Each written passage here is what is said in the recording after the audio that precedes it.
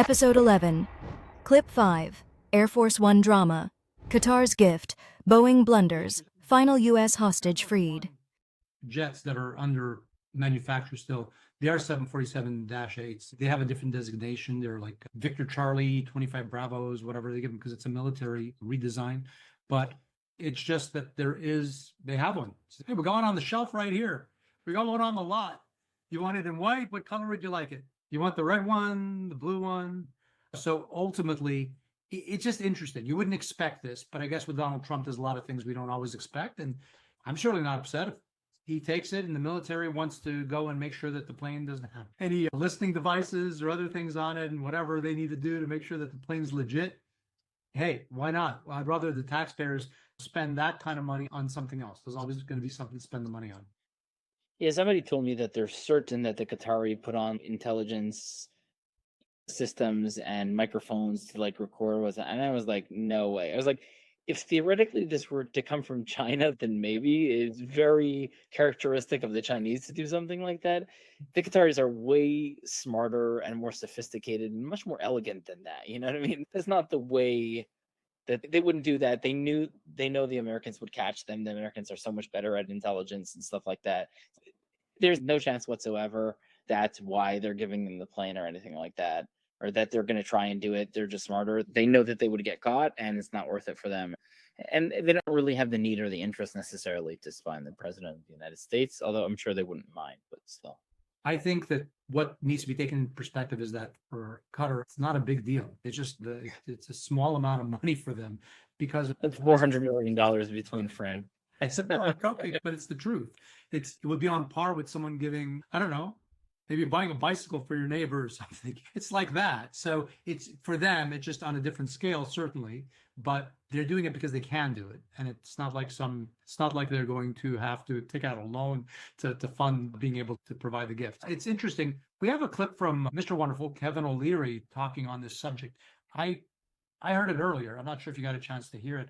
I side with him. I'd like to hear what your position is if you're on the Kevin O'Leary side of things today with what he has to say. I'd like to play that right now. Let me pull that up. Here we go. And here he is. Going back to the jet issue, the real question no one's asking is, why is it that Boeing can't deliver the new version of Air Force One? In fact, you need two of those. And they're over budget, they're late. This Qatar jet was actually delivered to Qatar when Boeing used to make aircraft and deliver them. And so it's an opportunity for the administration to have a better, and my argument would be a safer plane that's newer, retrofitted to be Air Force One while Boeing tries to figure out how to get back in the manufacturing business of airplanes. They have lost their mojo in a big way, and they should be taking a lot of the heat themselves. And I think this is a great gesture because at the end of the day, you want the best aircraft for the president. Why not? Yeah, so that one, I guess that's the real question, right? The real question is, what the hell happened to Boeing?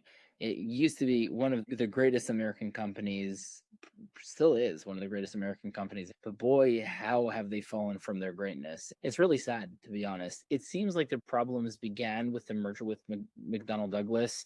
It seems like a lot of the McDonnell Douglas culture kind of came into Boeing, and a lot of it was based on utilizing or abusing government spending to a certain degree, and maybe less innovation, less following the rules, more kind of flexibility, but not in the positive way. I would say some of the things we did touch upon on prior episode. One of the things that happened with Boeing is they subcontracted, and the subcontractors they subcontracted everything out. So there was really a question as far as to the oversight for quality. That's problem number one. Problem number two is the oversight from the regulatory agencies. And it just seemed that it had gotten to the point where Boeing was almost self-regulating. And the inspections, whether they hit them or missed them, we had all these issues with bolts and doors coming off. And if all of that wasn't horrible enough, what happened on the International Space Station when Boeing finally launched its maiden journey of its spacecraft to go up? They couldn't take the astronauts back and stranded them up there for months. Turns out, by the way, that on the way up there, that was a much more traumatic event than the story that was told, because Bob, I think, was the pilot's name. Like he he lost 3 out of 4 thrusters or something, and they had to like restart, and they could have lost the last one when they were trying to restart the other two. I think luckily they were able to restart 2 more, but basically it was like a life or death situation, and the media completely ignored it. Recently, I think Berger, who's a phenomenal international kind of outer space reporter, he did a great article in depth on that, and it's very fascinating because it turns out that was a bigger disaster than we even realized. We just thought, oh, they had a little bit of an issue aligning and connecting, but everything worked out and all is good. It turns out like it was really life or death there for a few moments. So For them not to allow the astronauts to come back on their spacecraft, that's a big deal. They made it seem like, oh, just to be safe. That's a massive decision to make. And to essentially, despite how you want to spin it, to strand them up there, that wasn't, I'm sure, done lightly. They did it because they were genuinely worried that something catastrophic could have happened on the way back. And they did the right thing. Safety first. They did the right thing. No question there. But what did that do to the brand? Obviously, we have Boeing and you have Airbus in France. It's not a Boeing aircraft. It's typically an Airbus. And it's certainly concerning. And all of these disruptions and things it did to the company. Now here's another story that Air Force One is still further delayed and the cost run-ups and all these things. And listen, they're lending a plane, giving a plane, whatever it winds up being. I think we'll see how it plays out, but I'm not as bothered by it as some people are. I know you were, when we were talking earlier, you were more bothered just because of who was providing the aircraft. It wasn't, maybe if it was a different country doing it, perhaps it might have not bothered you as much. Is that fair? yeah, I mean, there's definitely an aspect of that. I think in general it would be a little odd if any country would just give a gift like that. It's not, hey, here's some little statue or here's some ancient book or something, like the typical gifts that politicians give. It is unique in kind of any way you try and look at it, but specifically it being Qatar, who, like we mentioned, they're part of the Muslim Brotherhood and they're the state sponsor of many terrorist organizations, yet they're able to dance at both parties.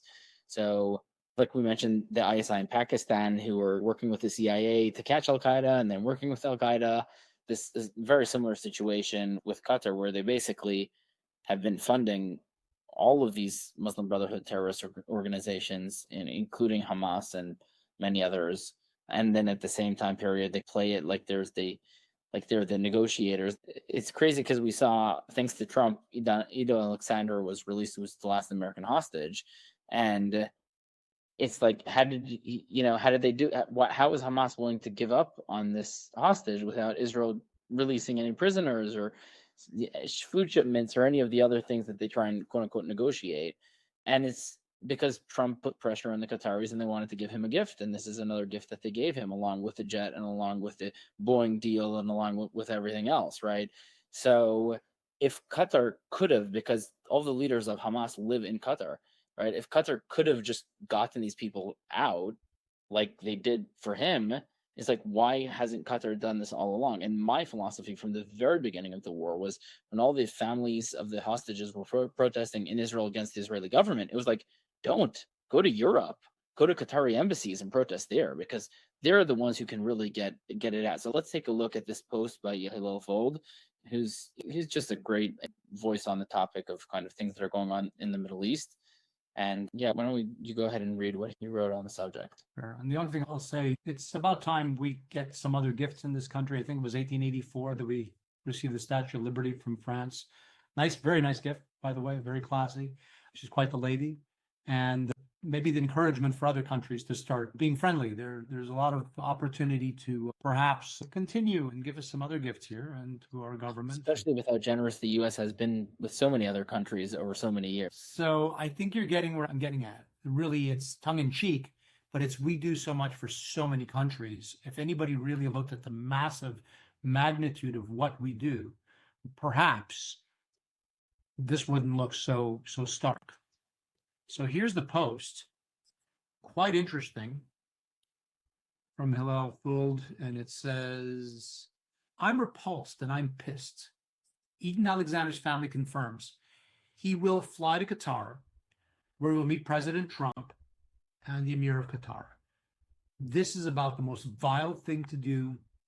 Someone has spent the last year and a half in the dungeons of hell because of Qatar.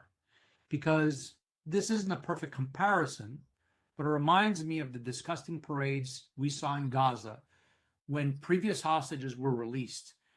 I'm sorry, this is just wrong on so many levels. This one tone-deaf move by Trump and just me being nice. I'm sure he could have said something a lot more colorful.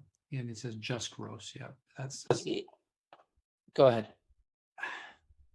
It echoes what your sentiment was. The thing is, to some people, even going to Qatar, being well received and everything, bottom line is sometimes people are like, I wouldn't go there. I wouldn't do that. Trump is the same president who in the prior presidency went and crossed into North Korea and shook hands with President Kim Jong-un. And I really don't think we would have any other president, not in modern times, that would have ever done something like that and would have given reason as to why they wouldn't, that the country is basically run by someone who keeps their people completely detached from the rest of the world and does all these different things, or allegedly does. Yet Trump's way of looking at things is essentially he wants to be. There's an old saying about keep your friends close and your enemies closer, not referring to all these countries as enemies, but certainly you would rather be interacting, doing business with, or somehow being connected to these countries than allowing other bad actors to get connected with them. Does that make sense? Yeah, no, I agree 100%. I think the issue is literally a day after this person was released from the dungeons of Gaza, these tunnels, it turns out that he was in a tunnel with no daylight for 550 days nonstop. He was in a cage, in a physical cage, and he had handcuffs on his arms and his legs that they didn't take off for the entire 500 days. That just dug in, and he's basically permanently, it seems possibly permanently injured from these, just from being tied up the way he was. Aside from all the abuse and the torture, it seems like they really tortured him a lot because he was an IDF soldier, even though he had no info to give. Like, he wasn't high ranking or anything. They just tortured him for the enjoyment of it, essentially, because he was a soldier. They felt more justified in doing so. Only towards the end did they start calling him the American, and they started giving him more food. So Trump doesn't criticize them like he did in the past for releasing people completely starved.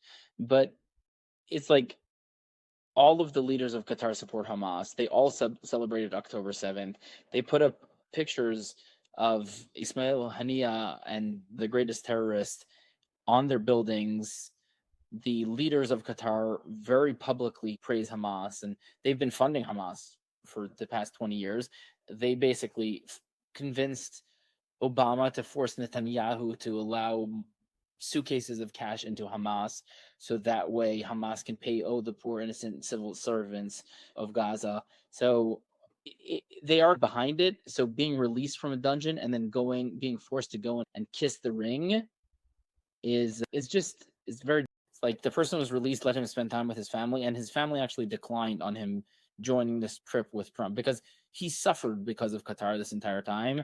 And then forcing him to go there and basically kiss up to the Emir of Qatar, the person behind all of this, the person hosting all the leaders of Hamas, it's no thank you. It's just, I understand Hillel's point where it just seems vile. I don't think that was Trump's intention whatsoever, but on a personal level, for somebody who experienced what this person went through, there couldn't be anything worse to ask of them, instead of being with their families and their friends and their loved ones and just enjoying a normal life after the tortures they went through.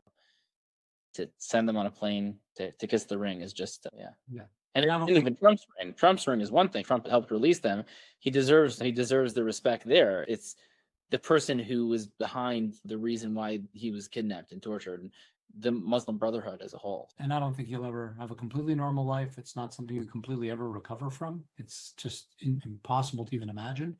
So it's totally understandable. And I don't think I don't disagree with the sentiment and the concern, but I guess sometimes these types of. Be sure to watch our other clips and shorts and the entire episode 11 of The YoJo Show.